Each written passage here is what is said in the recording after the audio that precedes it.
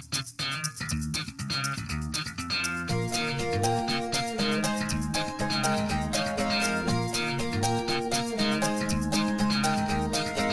there.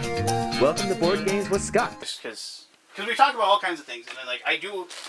Should we put this wonderful game away? Should we get bedpans and No. bedpans and shit out? Bedpans and shit. Has anybody responded to your tweet about that? I don't know. I have to look. We'll see. Actually, I did get responses to the first one. Let's see. This is us checking social media here on starting a video. And then social media on checking social media? That's right. And so, oh wait, people are talking about World Cup.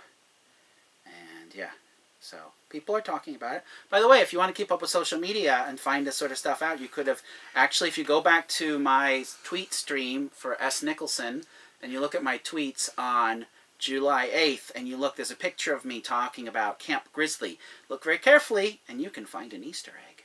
Oh, very cool. Well, hey, guys, this is a very special episode of my video blogs. I don't do a lot of these, and it's just basically because I have trouble coming up with things to talk about or things to want to say. But I did have Scott. If you watched my video of Walkstar, you know that Scott was in town. He's at my house, and we played several games. We're going to have some pizza here in a little bit, and we're going to play some more games before the night is over. So we're on the clock here. We're on the clock. So this is just coming. We've talked about tons of things today, and it's just and so basically, whenever I hear you get interviewed, whenever I hear you get asked questions, it's always like, and it's really cool what you do with the whole gamification and applied gaming and things like that, and that's your focus. I understand like that, but there's so many like geek fanboy stuff that I've always wanted to ask. So I mean, so these are really basic questions. I just want to know what you think. So what was like the first real like designer board game that you played? What opened up like this type of games to you? How did it come up? So there were two cycles that I ran into. First, so back in the 1980s, I was playing games like Talisman, Cosmic Encounter, playing some of that stuff, playing the Games Workshop games back when Games Workshop made board games. Oh, they still do. Well, but when they made good ones. yeah. So, well, but you know, they were making things like the original Chaos Marauders, Chainsaw Warrior. They were doing these. I love Chainsaw. Yeah, so I played those games at that point. Then I kind of moved more into role playing, and so I was doing role playing games like Dungeons and Dragons and Call of Cthulhu and Earth Dawn. Doing a lot of stuff with live action role playing. You played Earth Dawn. I played Earth Dawn. I love that game. I love the setting. Yep. Have you checked out any cool of the stuff? But I haven't kept up with it. Well, since. yeah. I mean, I always loved. I mean, of anything, I wished it was weird. I remember I had like all the source books for Earth Dawn, and I'd always wanted like, God, if I could just have like a cleaner rule set for the game, because it was so convoluted and weird with all those talent steps and spell matrices. But I love the dice and the way the dice worked. Well, yeah, the action steps, like as you got better, like add a D12 and a D8 and so on and so forth. But anyway, go ahead. Tell your story. Here's a side story on that for those of you that don't know. So I did a lot of stuff with live action role playing when I was a student at the University of Oklahoma. Tell me this. This is awesome. And actually, don't know this part. Oh, okay. So so you have new students come in, and you get to know them, and you might bring some people into the group. And one time, this young upstart shows up, a new freshman by the name of Jim Butcher. Oh, really? And Jim became part of our LARPing group, became part of our role-playing group. So actually, so I was gaming with Jim before, and actually I knew when he was writing his first book, he passed the manuscript around when he was working through things. I never meet anybody cool. Well, I meet you, but I mean, I don't have well, anything like that. A good cover there. Well, that's cool. So, I mean, but what was the Euro game? So the first sort of Euro game was Adele Verpflichtet, which is by hook or by crook. It was an early release of that. That was actually the first Euro game that I came across that was actually published in the U.S., I believe by Avalon Hill. Okay. But it was the first kind of Euro game that, and I actually did a video on it at Board Games with Scott. Should go back and watch those. I probably haven't watched it. But yeah, so Delbert Fleetstedt was the first one. That came out, and I played that about the same time I was involved with Rec Games Board on Usenet. And that's how I was learning about things like sites like the Gaming Dumpster, and that's how we were actually all sharing information at that point. Alan Moon was running his own company at that point, putting out these blue box games. Yeah. So that was about the time. So it was pre-Settlers. Settlers came along, and it was just another game. You know, for No me, way. How did it get so big then? If it's just another game, whatever magic happened, I think just brainwashing. But Settlers to me didn't stand out any more than anything else from that time. You had El Grande, you had Tigris and Euphrates. Yeah. You had all these games coming out. Settlers was one of those games, but there really wasn't anything about it that in our game group jumped out and said, "Yeah, we got to play Settlers." It was like, well, it's one of the stack of games. Okay, so I mean, so it's just like. Yeah, I know you've never really bought into the hype. Really, have you ever bought into a hype of a game? Sure. Like what? Oh yeah, I still get excited about games, but I get burned. What's the last game you got excited about? Last game I got excited about. Let me think about that. Well, actually, it would be the new Kickstarter release of Tokaido with the painted miniatures. With the whole thing. Yes. Did you find? But Tokaido is kind of a very straightforward game. Right, but games that look pretty work really well for me to introduce people to gaming. Games that you can lay out and they look attractive and they're easy to explain are something I'm always looking for. And when Tokaido then did this re-release with painted miniatures, and I said, this is great. I can set this out in a public place. People will come up and say, what's this all about? Okay, yeah, And I'm always looking for things that jump out at me that look very attractive. And that was actually with Going, Going, Gone. One of my design ideas is I wanted something that people would hear and could come over and watch and understand what was going on by watching it. It would be noisy. It would make sense. You'd get it. And that was one of my design goals with that game. Did you want it to have a paddle that would break right away? Yeah, I thought that would be really good. Because then people have to buy more copies of it, you see, if they wanted to keep that paddle nice. So what was actually funny, so I have to give some credit to Stronghold Games. So when I submitted my prototype... Steven's awesome. Steven Bonacore, yeah. When I submitted the prototype, I made the paddle out of foam core, just like it was. Yeah. And I had to use duct tape around the handle because it was getting bent up. And remember, he took it and he looked at it, and he looked at the handle, and I could tell he was processing that he wasn't too happy with it, but he went ahead and did what I had laid out there. I am not an engineer, so I think but yeah, it's too bad that the handle thing came into play. But it's no big deal. It isn't. But on the other hand, when you've just paid $50 for a game, and then the first play, people get a little wild, and the handle gets bent, and you say bad words, and it makes people sad, and I don't like making people sad. That's good. That's good. So okay, so you mentioned you play role playing games. Do you still play role playing games at all? Not tabletop, except for actually what I like doing is things like Fiasco. Yep. Where I can sit down, I don't have to prep it. In 3 hours, we're done. So you like Fiasco? I do. I play Fiasco a lot. Okay. And I like role playing games that there's not a lot of pre-prep. You can just get down. So I like what's going on with the indie stuff, and I'd like to explore that more. But yeah, stuff like Fiasco actually I enjoy. I'm disappointed that there aren't more board games that bring along a role playing experience. Well, it just seems like they're just. I heard the Pathfinder game was supposed to do that, actually. Oh, I gave it a glowing review. It was supposed to just capture the essence of You're role gonna get me playing. in trouble. No, I mean, and I'll say this right again. If you like the game, great, but that game was horrible. So it's too bad there aren't more. If you look at what they call role playing games in the board game world, it's not a role playing game at all. No, because you don't create anything yourself. It's just they give you this little piece of paper that says you're Thog the Warrior. I mean, you haven't done anything to create it. You have an iconic role, but you don't have any backstory. You don't have anything going on there. And digital games are the same way. They call them role playing games. I do a lot of computer gaming. Something like, I do a lot of Diablo 3. Oh, that's a role-playing. No, that's not a role-playing game. That's a click the pinata game and giggle when you get a legendary. Legendary! Yeah! I gotta start playing that. I'll track you down. Yeah, actually, the new version, and when you play it online with people, but even when you're playing it online with people, you're not really role-playing. So, or even something like World of Warcraft. You can go on a role-playing server. And it's interesting how we've not captured what goes on in a tabletop role-playing game in any of these other forms that call themselves role-playing games. I don't think you can, though. I mean, it's an interesting challenge could we make, because if you think about social deduction games, are probably the closest that we have. And social deduction games, like Battlestar Galactica, really does put you in that position of role-playing a Cylon. When you're a Cylon, you are having to think, I got to act like a Cylon, and I need to say things like a Cylon. And I think we have the opportunity to create those situations. But then you have people that, they bog down the mechanics of that, and they're like, well, we got to make sure that one of our dials is in red, because then the sympathizer will be on our side and stuff like that. But you also have that with D&D, any of those, People who are just about rolling the dice and killing the monsters. Well, but then if you're the DM, you can like have a rock. You can kill them. Yeah. No, we would never condone dungeon masters unfairly killing their characters unless you're playing Call of Cthulhu, in which case, well, that's life. Well, they expect it. And then the thing is, you just told me the live action role playing Cthulhu game. That's like, right. I was one of the authors on first edition Call of Cthulhu Live or Cthulhu Live. I never knew that. I played that. Yeah. I have no idea. So I actually, because I was LARPing all the way through through college, and some friends and I came up with a combat system that didn't involve actually hitting each other. Because we wanted to allow someone to play a fighter without having to be able to physically fight. And Chaosium was putting together the first edition called Cthulhu Live Rules, and that first edition had boffer weapon rules.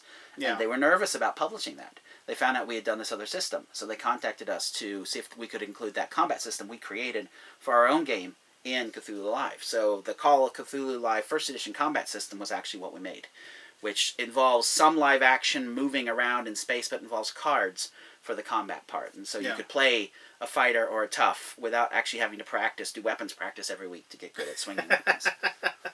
I miss that a lot, though. I do enjoy live action stuff, and I bring a lot of that into my work whenever I can. I try to I talk about bring an axe to work. Right? Yeah, sometimes. Actually, I have a Nerf axe actually in my game lab in case zombies attack. But okay, go ahead. I'm sorry. No, I focus on, I call them face-to-face games and face-to-place games. Games that are about putting people looking at each other or putting people engaging with a space as compared to face-to-screen games. Yeah. What's your thought on zombie games?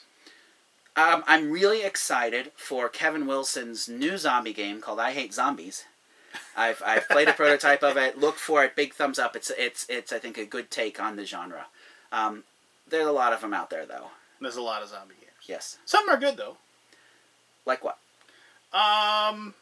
Well, I mean, if you want just a big... The fact that you don't have a fast answer to that question tells me that there's too many zombie games. And well, when you thought about that, the first thing that came to your mind was all the crap that's out there. I'll say two things. If you want just a big, giant, throw buckets of dice at things, play Zombicide. Okay. I mean, because that's all that is.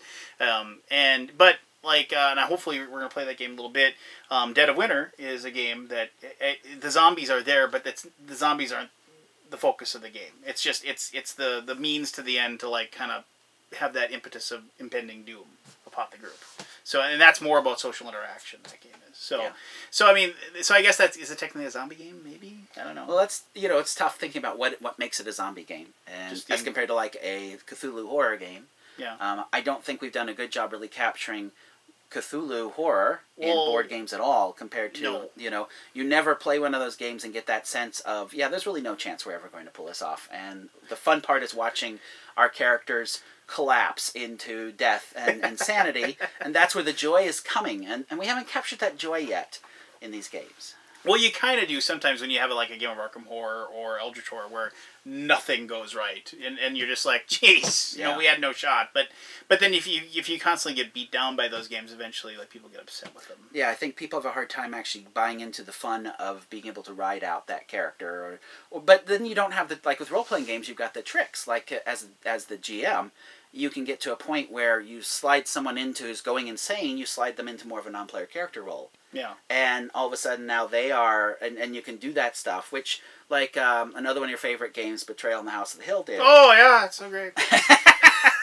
The idea of one player, again, that concept of one player being able to slide into a bad guy role, that was neat. And then they piled it up with chili, and it didn't taste very good. No, not very good at all. So, all right, well, I mean, we got more games to play and stuff like that. I didn't want to, I mean, it's so cool. I mean, I just want to say... Let me ask you a question. Okay, go ahead. So what's the future of your show?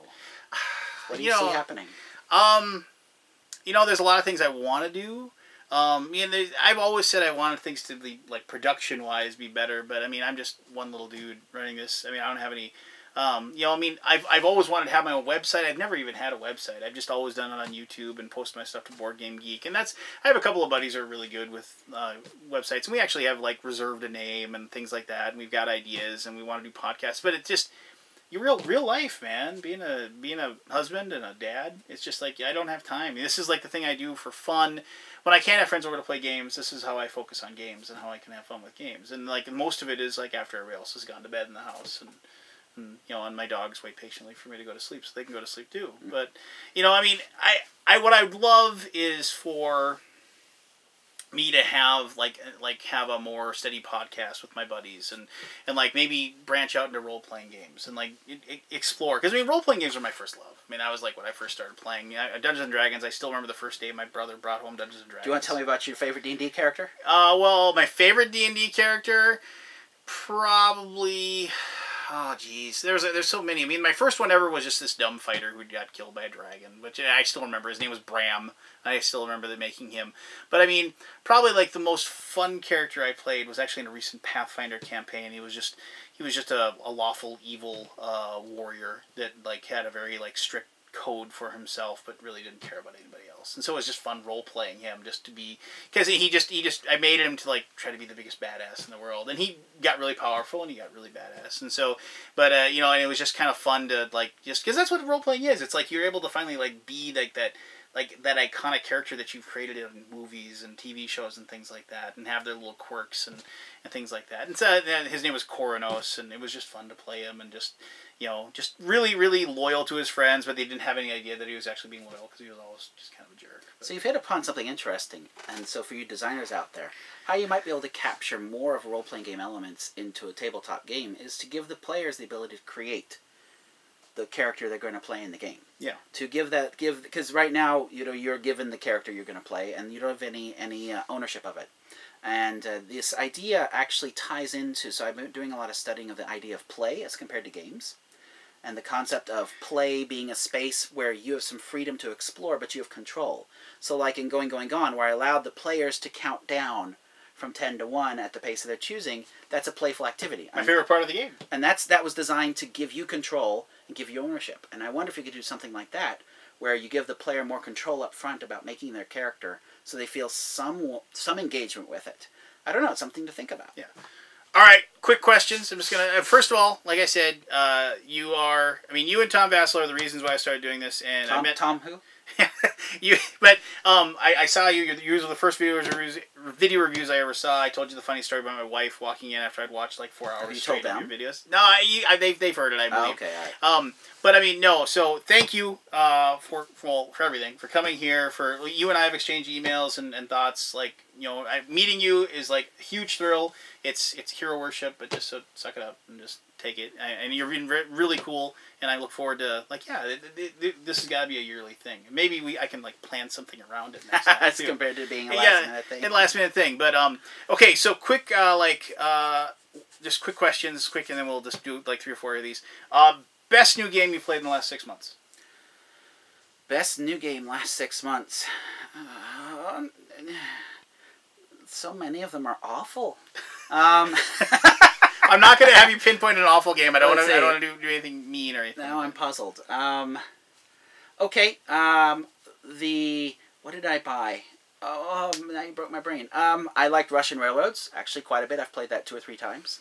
I know we talked a little bit about does that have long term, but I've enjoyed that quite a bit. So rather than break my brain, I'll just stick with that. All right, very cool. So will you ever? You can say never say never. Will you ever go back to doing videos again? I don't see doing videos in the same way that I've been doing them. I could see doing something where, because I'm now teaching about games and teaching about what's going on here, I could see working with students and helping train students on how to do this sort of thing. I know I can never say never, and it may not be about board games. I do all sorts of games. You know, I like doing digital games and tabletop games. I do a lot of stuff with a focus on applied games, and I've thought about doing some videos more on educational games, learning games, helping to introduce folks to how these games that we've got can actually be used in more educational ways. But as far as what I was doing, I launched the genre, and people like you are continuing it, and I don't feel like I would be making a big impact. I think you'd be wrong. So I want to focus on stuff where other people aren't, and so I can kind of focus in those areas, and that's where I am now. I hope you realize when you talk about like the upper reaching theory, it just all like pretty much goes over my head. Well, I want to help you to go and catch it. That's my goal here. Is to help you realize that all you got to do is raise your hand and catch it. Yeah, and say, put on deodorant. What do you think of like Martin Wallace games? I almost always like them, and then he's got one rule in almost every one of his games. One rule that it's like, what? So like Age of Steam didn't have that rule, But everything else, it's like nice, simple game, interesting thing, and then, oh, but if you go to this space here, and 27 things happen, and like the golden spike thing, and you know, and Brass had in this area of the board, weird things happen. So Martin, stop it! Stop with these like niggling little rules. Come on. Did Steam Rails to Riches have that? I don't know. That was that the Mayfair? Yeah, that was like the new Age of Steam, like the revisit of. No, and I thought actually it's interesting. I like both it and Age of Steam, but with different player groups. Okay. But that game genre, that they didn't have that little niggling rule that he has in so many of the rest of his games, like this Moon God Invaders you've got up here. Yeah. What about this is my favorite. This is the one I'll play anytime anybody asks. Let's see. I think did I have this and sell it? I think I sold this game. But getting somebody to play Struggle of Empires is a struggle. I don't remember. I don't remember it well enough to say anything about it. Had it, sold it, moved on. You moved on. What's the shelf life of a game of yours before you trade it off or sell it off? It's either a one play thing or because what I do now is I look at a game and I say, is there a life situation where this is the game I would pull out? And if I can have that answer, then I keep it. If I say I can think of no situation where this game would be superior to what I already have, then it's gone. And sometimes that superior nature is simply because I know another game really well. Like, there's a lot of popularity. We've talked about Love Letter and games of its ilk. But there's a game called Hoax, which was put out in the 1980s by Eon Games. It's the same Never company, heard of it. Yeah, same company then that invented Cosmic Encounter. They created a game called Hoax. And Hoax was a very much game like Love Letter. And I played it in college. I know it well. And so for it, that's going to be the one I pull out, simply because it's the game I know really, really well. And I found, those of you that always like to chase the new stuff, do something for me. Next time you have a game night, go to your shelf and pull out games that you know the rules for without having to read the rules. And play them with people who also know the rules. And there's a real comfort in just being able to pull out a game and put it on the table and play.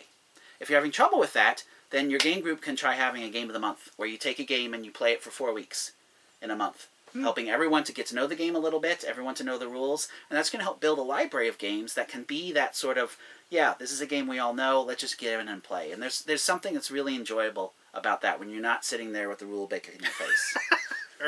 It's just the image, because yeah, there's always one guy. What was that? What was that? Yeah, and everyone else is and so, but being able to put something down and say, let's play, and there's some. I'm finding a lot of pleasure in that. Do you ever play anything like the new X-Wing and stuff like that? Like no, I don't really get into doll combat. You know, it's so bloody. The little arms go flying everywhere. You know, I did a few videos along the way of like battle lore and things like that, but I usually don't have time for 2-player games. And well, they say Battlelore can play 4. That's that's BS. Yeah. So yeah, that sort of genre really doesn't do. And I'll tell you why. Because I'm very, very bad at tactics games. Because my tactic is usually rah! And then I die almost completely, and the other person then doesn't feel. They say, well, I don't want to kill Scott completely, so I'm going to leave him like 2 troops. So I can't just quit. And so that's usually how my game goes, and things like that is. I charge in, and I die, and then it doesn't work out, because I get bored with turtling. And so many of these games, turtling is what you need to do. So something like I see of Nexus Ops. Nexus Ops actually is a game I like of that genre, because it rewards that, rawr, fast, beat 'em up, and you're done. And that I like that, but longer than that, I lose patience. Gotcha. Favorite mechanic, if you had to pick a mechanic of a game? Mr. Goodwrench. He does a good job of fixing my car when it goes wrong. No, I mean like worker placement or bidding or... Oh, you mean mechanism. Yeah. Oh, okay. Oh, I forgot all about that. Yes. Hi there. I'm your game mechanic, and I'm here to tighten up your game a little bit. It's making a little noise. It goes flop, flop, flop, and I'm going to fix that. Now, whenever you say game mechanic, that's what you're going to think about. Is Mr. Meeple Wrench. Favorite mechanism. There you go. Thank you. Why I think lifetime auctions are great. Now I like mechanisms that get people engaged with each other. So I think there's some cool stuff that's been going on with our social deduction games that are out there. Like One Night Werewolf, I think is a fun version that really gets to the meat of werewolf. A trend that I like is moving toward games that gets to the meat of the fun part. Like Bang the Dice game, like One Night like Werewolf. Bedpans and Brews. No, that game. Well, the fun part on that game was putting it away. That putting the game into the box gave me the most pleasure of the entire game experience we had. What would have given me more pleasure was then pitching the game out of the window. That actually would have also felt good. But yeah, so what I like is this trend moving towards games that focus and get to the fun. And strip away a lot of the nonsense above it. And so what's gone on with Bang the Dice game, what's gone on with One Night Werewolf, I'd like to see more of that. Mechanisms that get you into the fun quite quickly. All right. Do you have anything else? Anything else you want to say? Anything else to tell the world? Because you haven't done one of these in a while. That's true. I do miss doing this. I miss you guys. You know, it was kind of cool having you show up into my room every so often. A little creepy at times. You know, some of you... But, you know, I do miss having a platform to talk about what's going on with gaming. But I kind of do with Scott's. Tom's Board Game Breakfast. Yeah, if you haven't watched Board Game Breakfast, it's a series of little small segments about aspects of board games, and I talk about what I've been doing with applied games and serious games and gamification on there. But what I have found actually is a real pleasure in just returning to games that I didn't get a chance to explore. Because those of you that don't know, this poor guy here has a corner of his house stacked high, bric-a-brac, with games that he's expected to read, introduce, teach at game night, play, and then make a video about. And it's this incoming stream that never stops. It's like a fire hose of games. And you all say, that sounds awesome! I wish I had all the games in the world. The reality is, no. You know, because you end up getting things like this. You end up getting piles of games here. So that everywhere you go, you know, you get games in shrink wrap. Everywhere you and that's there's other rooms here that are just stacked high with games. I mean, his bed is just piled high with games. There's a little space for him to be. And so this is what you don't see when you do a board game video series. So you should all appreciate this guy. You should appreciate him a lot because he spends a lot of time working really hard so you don't have to. Thanks, Scott. Well, there, how's that? All right. Well, it has been an absolute, as they say, hoot.